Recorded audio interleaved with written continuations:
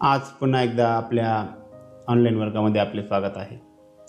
आज आपण इयत्ता 5वीचा 5वा पाठ परिसर अभ्यास भाग 2 मधील मानवाची वाटचाल याबद्दल माहिती मिळवणार आहोत। मुलांनो, तर चॅनलला सबस्क्राईब करा, त्याच पद्धतीने बेल आयकॉनलाही प्रेस करा। चला करूया सुरुवात। बघा, या पाठामध्ये आपण काय काय शिकणार आहोत। या भागात आपण कुशल मानव ते आधुनिक मानव यांचा प्रवास शिकणार आहोत। प्रगत बुद्धीचा मानव आणि संस्कृती यावर थोडासा प्रकाश आपल्याला या भागामध्ये टाकायचा आहे। आपण प्रथम कुशल मानव याबद्दल माहिती मिळवणार आहोत। कुशल मानव म्हणजेच याला दुसरं नाव आहे होमो हॅबिलस। हॅबिलस म्हणजे हाताचा कुशलतेने वापर करणारा मानव, म्हणून याला होमो हॅबिलस म्हणतात। याला पहिलं नाव कुशल मानव असेही होते। चला तर याची माहिती मिळूया आपण। कुशल मानव ते आधुनिक मानव। हाताचा कुशलतेने वापर करणारा मानव, हाताचा कुशलतेने वापर करणारा मानव म्हणजे कुशल मानव। या मानवाच्या अस्तित्वाचा पुरावा सर्वप्रथम आफ्रिका खंडातील टांझानिया, केनिया या 2 देशांच्या परिसरात मिळाला। त्याचा शोध लावणाऱ्या लुई लिकी या शास्त्रज्ञाने त्याला होमो हॅबिलस हे नाव दिले, कारण त्याच्या अवशेषांसोबत त्यांनी बनवलेली काही हत्यारे मिळाली। लॅटिन भाषेत होमो शब्दाचा अर्थ आहे मानव। बघा, लॅटिन भाषेत होमो शब्दाचा अर्थ आहे मानव, म्हणजे होमो हॅबिलस हा शब्द कसा तयार झाला तर होमो म्हणजे मानव आणि हॅबिलस याचा अर्थ हातांचा कुशलतेने वापर करणारा। कुशल मानव 2 पायांवर उभा राहून चालू शकत होता, मात्र त्याच्या पाठीचा कणा पूर्ण ताठ नव्हता, त्यात किंचित बाक होता। या मानवाचा मेंदू वानरापेक्षा अधिक मोठा होता। त्याच्या चेहऱ्याची आणि हातापायांची वैशिष्ट्ये मात्र काही अंशी त्याच्यासारखीच होती। म्हणजे कोणासारखी? वानरापेक्षा। वानराबद्दल आपण मागच्या भागामध्ये माहिती मिळवलेली आहे। कुशल मानवाने काही हत्यारे बनवलेली होती, आणि हत्यारे कशी होती तर कुशल मानवाने बनवलेली हत्यारे मोठ्या प्राण्यांची शिकार करण्यासाठी उपयोगी नव्हती। मांस खरवडणे, हाडांच्या आतील मगज मिळवण्यासाठी हाडे फोडणे इत्यादी कामांपुरताच त्याचा उपयोग होऊ शकत होता। त्यामुळे असे अनुमान काढता येते की तो इतर प्राण्यांनी केलेल्या शिकारीतील उरले सुरले मांस खात असावा, छोट्या प्राण्यांची शिकार करत असावा, तसेच खाण्यासाठी पक्ष्यांची अंडी, फळे, कंदमुळेही गोळा करत असावा। या ठिकाणी कुशल मानवाने काही बनवलेली हत्यारे जी होती त्यांची छायाचित्र दिलेली आहेत। या पुढचा मानव आहे ताठ कण्याचा मानव। याला होमो इरेक्टस असं नाव दिलेलं आहे। इरेक्टस म्हणजे ताठ उभा राहणारा मानव, आणि म्हणून त्याला होमो इरेक्टस असे म्हटले जाते। ताठ कण्याचा मानव हा मानवाच्या उत्क्रांतीमधील अत्यंत महत्त्वाचा टप्पा आहे। इरेक्टस म्हणजे ताठ उभा राहणारा, म्हणून त्याला होमो इरेक्टस असे नाव दिले गेले। कुशल मानवाच्या तुलनेत त्याचा मेंदू अधिक विकसित होता, तो समूहाने राहत होता। मग 2 वैशिष्ट्ये महत्त्वाची आहेत। कुशल मानवाच्या तुलनेत त्याचा मेंदू अधिक विकसित होता, आणि दुसरी महत्त्वाची गोष्ट म्हणजे तो समूहाने राहत होता। जंगलात लागणारे वणवे पाहून मानवाला अग्नीची ओळख झाली होती। या टप्प्यामध्ये ते जंगलात लागणारे जे वणवे होते, वणवा म्हणजे जंगलाला जी आग लागते त्याला वणवा म्हणतात। झाडं एकमेकावर घासून अथवा इतर काही तत्सम कारणांमुळे जंगलामध्ये कधीकधी आग लागते, याला वणवा म्हणतात। जंगलात लागणारे वणवे पाहून मानवाला अग्नीची ओळख झालेली होती। झाडांच्या जळत्या फांद्या आणून अग्नीचा वापर करण्याचे तंत्र ताठ कण्याच्या मानवाला कळले असावे। याच्या काळात पृथ्वीवरील फार मोठा प्रदेश हिममय होता। हिममय म्हणजे बऱ्याच ठिकाणी बर्फ होता, त्यामुळे हवामान अतिशीत होते, खूप थंड होते। कमालीच्या अतिशीत वातावरणात टिकून राहणे त्याला शक्य झाले ते अग्नीच्या वापरामुळे। परंतु अग्नी निर्माण करण्याचे तंत्र मात्र त्याला साध्य झाले नव्हते. बघा, ह्या टप्प्यापर्यंत मानव अग्नी वापरू लागलेला होता, परंतु त्याला अग्नी तयार कसा करायचा हे मात्र तंत्र अवगत झालेले नव्हते. याची हत्यारे, ताठ कण्याचा जो मानव होता त्या मानवाने या पद्धतीची काही हत्यारे बनवली होती. त्याची हत्यारे ही पूर्वीच्या हत्यारांच्या तुलनेत प्रगत आणि प्रमाणबद्ध होती. तो हातकुराडीसारखे हत्यारे बनवत असे. आफ्रिका, आशिया आणि युरोप खंडात या ताठ कण्याच्या मानवाचे अवशेष आणि त्यासोबत त्याने बनवलेली हत्यारे मिळालेली आहे. कुठे कुठे बघा, आफ्रिका, आशिया आणि युरोप या खंडांमध्ये ताठ कण्याच्या मानवांचे अवशेष आणि त्यासोबत त्याने बनवलेली हत्यारे मिळालेली आहेत. पुढचा आहे शक्तिमान मानव, निअँडरथल मॅन. आता याला निअँडरथल मॅन काय म्हणतात ते आपण बघूया. मानवाच्या उत्क्रांतीमधील विकासाचा आणखी एक टप्पा म्हणजे शक्तिमान मानव. याची शरीरयष्टी धिप्पाड होती. याचे अवशेष सर्वप्रथम जर्मनी या देशातील निअँडरथल येथे मिळाले, म्हणून त्याला निअँडरथल मॅन असे म्हणतात.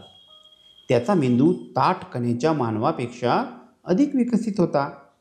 बघा, याला निअँडरथल मॅन का म्हणतात? कारण शक्तिमान मानवाचे अवशेष सर्वप्रथम जर्मनी देशातील निअँडरथल येथे मिळाले आणि म्हणून त्याला निअँडरथल मॅन म्हणतात. शक्तिमान मानवाचा मेंदू हा ताठ कण्याच्या मानवापेक्षा अधिक विकसित होता. शक्तिमान मानव प्रामुख्याने गुहांमध्ये वस्ती करत होता. तो दगडाचे गोटे आणि गोटेतासून निघालेले छिलके अशा दोहोंपासून वेगवेगळ्या आकाराची हत्यारे बनवत असे. म्हणजेच हा मानव दगडांपासून हत्यारे बनवत होता. ती लाव हाडांच्या किंवा लाकडाच्या दांड्यावर बसून भाला, कुऱ्हाड इत्यादी शस्त्रे तयार करत असे. तो मोठ्या प्राण्यांची शिकार करत असे. आता त्याचा बराच विकास झालेला होता. चांबड्यावरील मांस खरवडण्याकरता दगडांच्या छिलक्यांपासून केलेल्या चाचण्यांचा उपयोग तो करत असे. चांबड्याचे कपडे वापरत असे. इथपर्यंत मानवाचा विकास चांबड्याचे कपडे वापरण्यापर्यंत आला होता. तो प्रामुख्याने मांसाहारी होता. तो आगीवर अन्न भाजून खात असे. कठीण लाकडाच्या काटक्यांच्या घर्षणातून किंवा गारगोटीचे दगड एकावर एक आपटून ठिणग्या पाडून अग्नी निर्माण करण्याची कला त्याला साधलेली होती. बघा, म्हणजे या ठिकाणी मानवाला अग्नी निर्माण करण्याची कला ही साध्य झालेली होती. मुलांनो, हा प्रवास काही 1-2 वर्षांचा किंवा 5-50 वर्षांचा नसून हजारो वर्षांचा कालावधी गेलेला होता. एक एक टप्पा पार करण्यासाठी हजारो वर्ष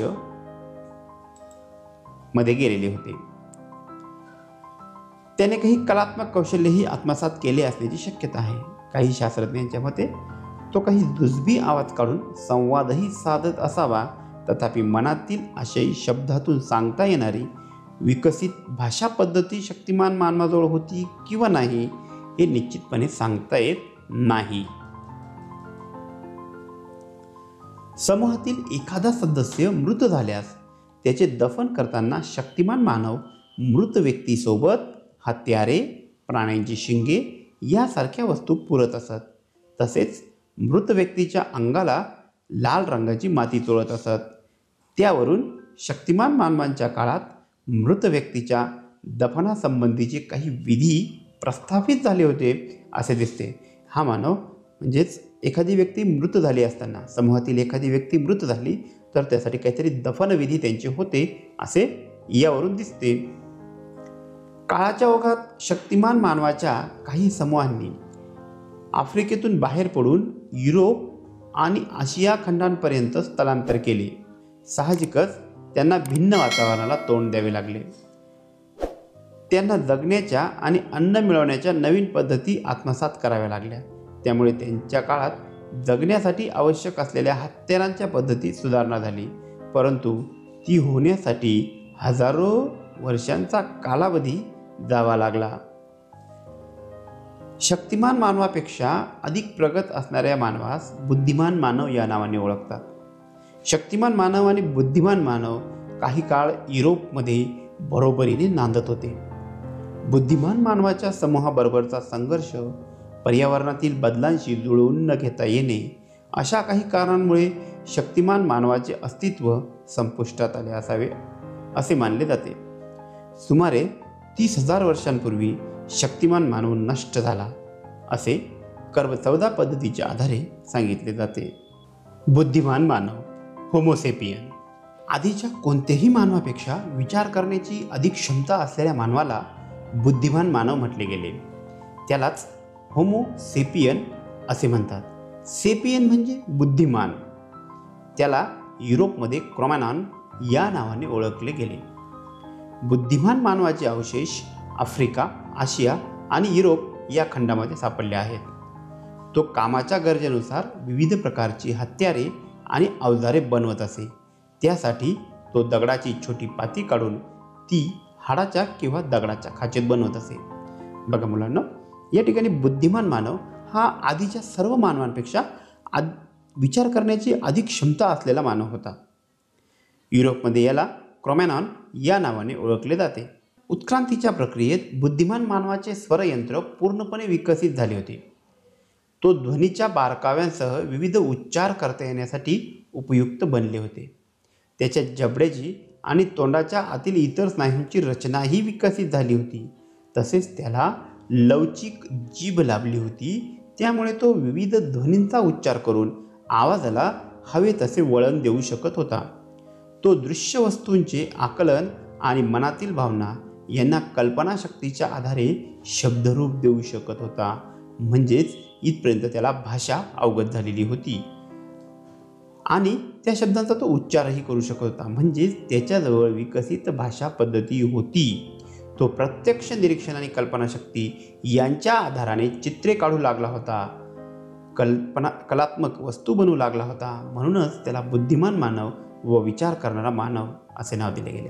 बघा, या ठिकाणी जे थोडे चित्र दाखवलेत कल्पनात्मक, हे या बुद्धिमान मानवाचे चित्र या ठिकाणी दाखवण्यात आलेले आहेत. यानंतरचा मानव आहे प्रगत बुद्धीचा मानव, होमोसेपियन सेपियन. आणि संस्कृती हे दोन घटक आपण इथं बघणार आहोत. प्रगत बुद्धीचा मानव म्हणजे बुद्धिमान मानवाची वैचारिक क्षमता अधिकच प्रगत होती. त्याच्यात अजून जेव्हा प्रगती झाली तेव्हा त्याला प्रगत बुद्धीचा मानव असे म्हटले. त्यालाच होमोसेपियन सेपियन असे म्हणतात. त्याच्या मेंदूची क्षमता आणि त्याबरोबरीने त्याची आकलन क्षमता सतत विकसित होत गेली. प्रगत बुद्धीचा मानव म्हणजेच आधुनिक मानव, म्हणजेच आपण.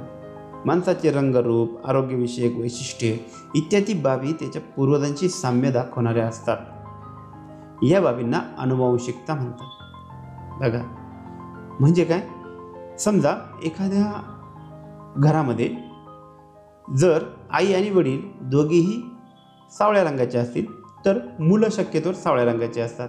म्हणजेच रंग, उंची जर आईवडिलांची कमी असेल तर मुलांची उंची, त्या कुटुंबातील इतर सदस्यांची उंचीसुद्धा कमी असते. म्हणजेच या ठिकाणी त्याच्या पूर्वजांची साम्य दाखवणाऱ्या त्याच्या वैशिष्ट्ये असतात.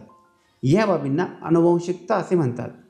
अनुवांशिकतेचा अभ्यास करणाऱ्या शास्त्राला जनुकशास्त्र असे म्हणतात. जनुकशास्त्रीय संशोधनाच्या आधारे आधुनिक मानवामध्ये शक्तिमान मानवाचा काही अंश असल्याचे आढळून आले आहे. त्याच्या आधारे शक्तिमान मानव आणि बुद्धिमान मानव हे दोघे आधुनिक मानवाचे पूर्वज होते असे म्हणता येते.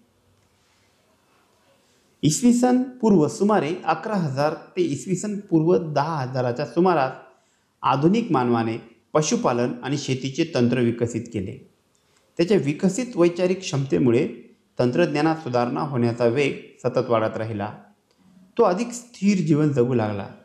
शेतीमधील अन्नधान्याच्या उत्पादनामुळे त्याच्या अन्नात पिष्टमय पदार्थांचा समावेश झाला. त्यामुळे त्याच्या आहारातील कर्बोदकांचे प्रमाण वाढले.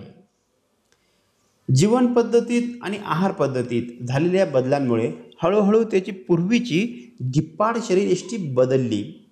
त्याच्या चेहरेपट्टीत पण बदल झाला.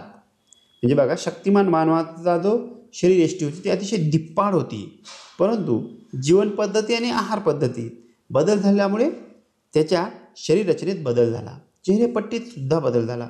आधुनिक मानवाचे प्रगत बुद्धीचा मानव हे नाव त्याच्या शारीरिक क्षमतेपेक्षा बौद्धिक आणि सांस्कृतिक क्षमतेचे निदर्शक आहे. अन्न मिळवण्याची मूलभूत गरज सर्वच प्राणी पूर्ण करतात, परंतु आधुनिक मानव तेवढ्यावरच समाधान मानत नाही. कल्पकता, बुद्धिकौशल्य आणि हस्तकौशल्य यांच्या आधारे स्वतःचे जीवन समृद्ध करण्याच्या सततच्या प्रयत्नातून मानवी संस्कृती उदयाला आली आणि विकसित होत राहिली. पशुपालनाला आणि शेतीला सुरुवात झाल्यापासून मानवाने केलेली तांत्रिक आणि सांस्कृतिक वाटचाल अतिशय वेगवान आहे. मुलांनो, या ठिकाणी आपण या पाठातील आशयाबद्दल माहिती मिळवली. या पुढील भागात आपण मानवाची वाटचाल या पाठाखालील स्वाध्यायातील प्रश्नांबाबत चर्चा करणार आहोत. तेव्हा पुढील भाग पाहायला विसरू नका. तोपर्यंत बाय बाय.